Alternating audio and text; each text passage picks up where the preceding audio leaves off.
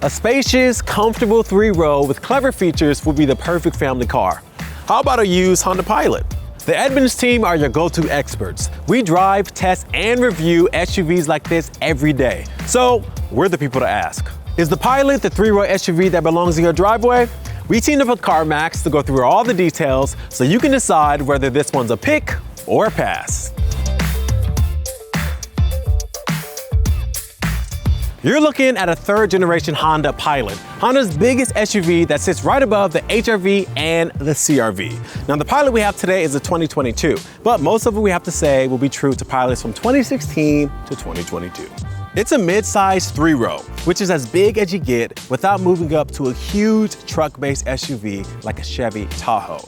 You can think of the Pilot as a direct competitor to the Toyota Highlander, Kia Telluride, and Volkswagen Atlas. When you compare the Pilot in terms of price, it pretty much slots right in the middle of the competition. You'll save money compared to the Telluride, but you'll spend a lot more than you would on an Atlas. Now, when you're spending this kind of money on a family car, you want to make sure that you get great crash tests and reliability ratings, right? We go to Repair Pal, an independent reliability tracker, and there's good news here. The Pilot gets a 3.5 out of 5, 13 out of 26 among SUVs like this.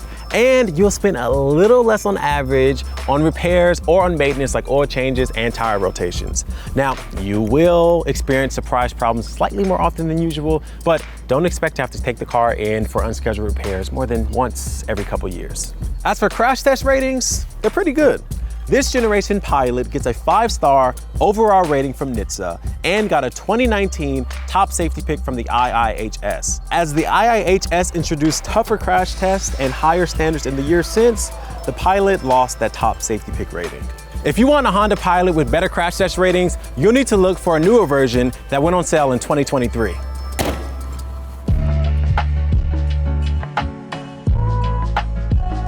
The first thing you'll notice in here, there's so much space. Seriously, there's enough headroom and legroom up here for even super tall drivers and passengers. Plus, you'll have more than enough space back here to stretch out. And if you have teenagers who fight over the front seat over legroom, that won't be a problem here.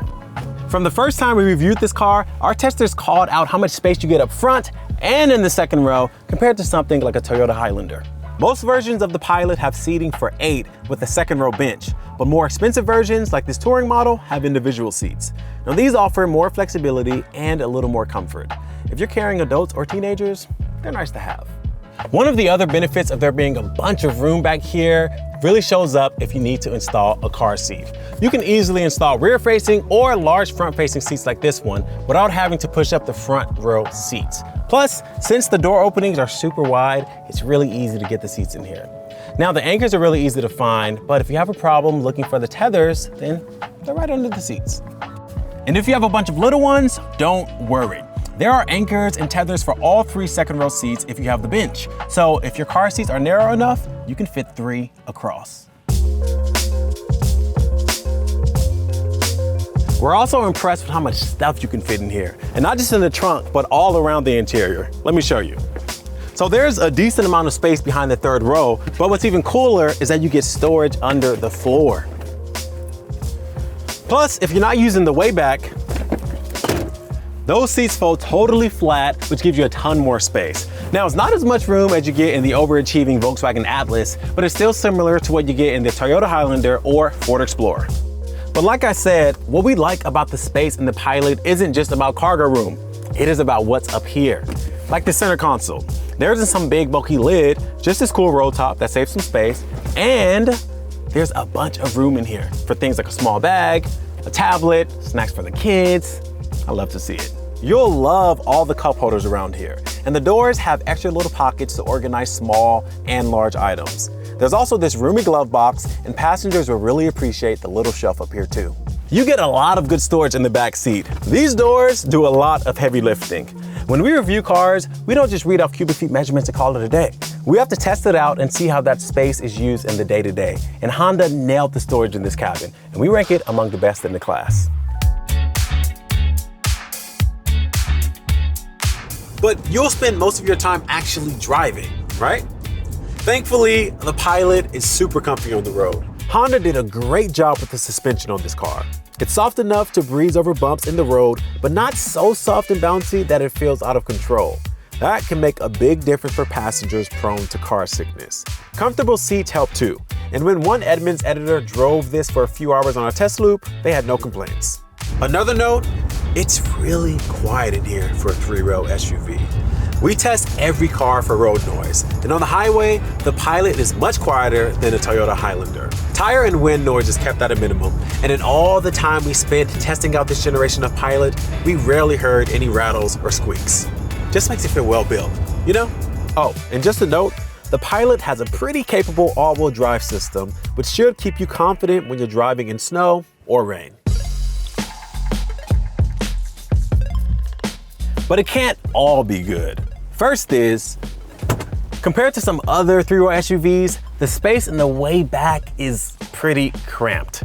If this is another place where you really need the space to haul adults often, the Volkswagen Atlas is a better choice. Thankfully, the 3rd row is usually for smaller kids anyway, and I like that the button to tilt and slide the 2nd row seat forward is down low so those kids can reach it themselves. There are also a couple of tech features in here that haven't aged really well.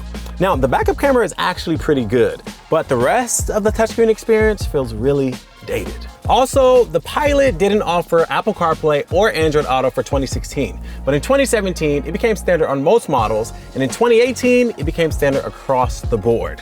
Now, if you want wireless Apple CarPlay or Android Auto though, you're out of luck.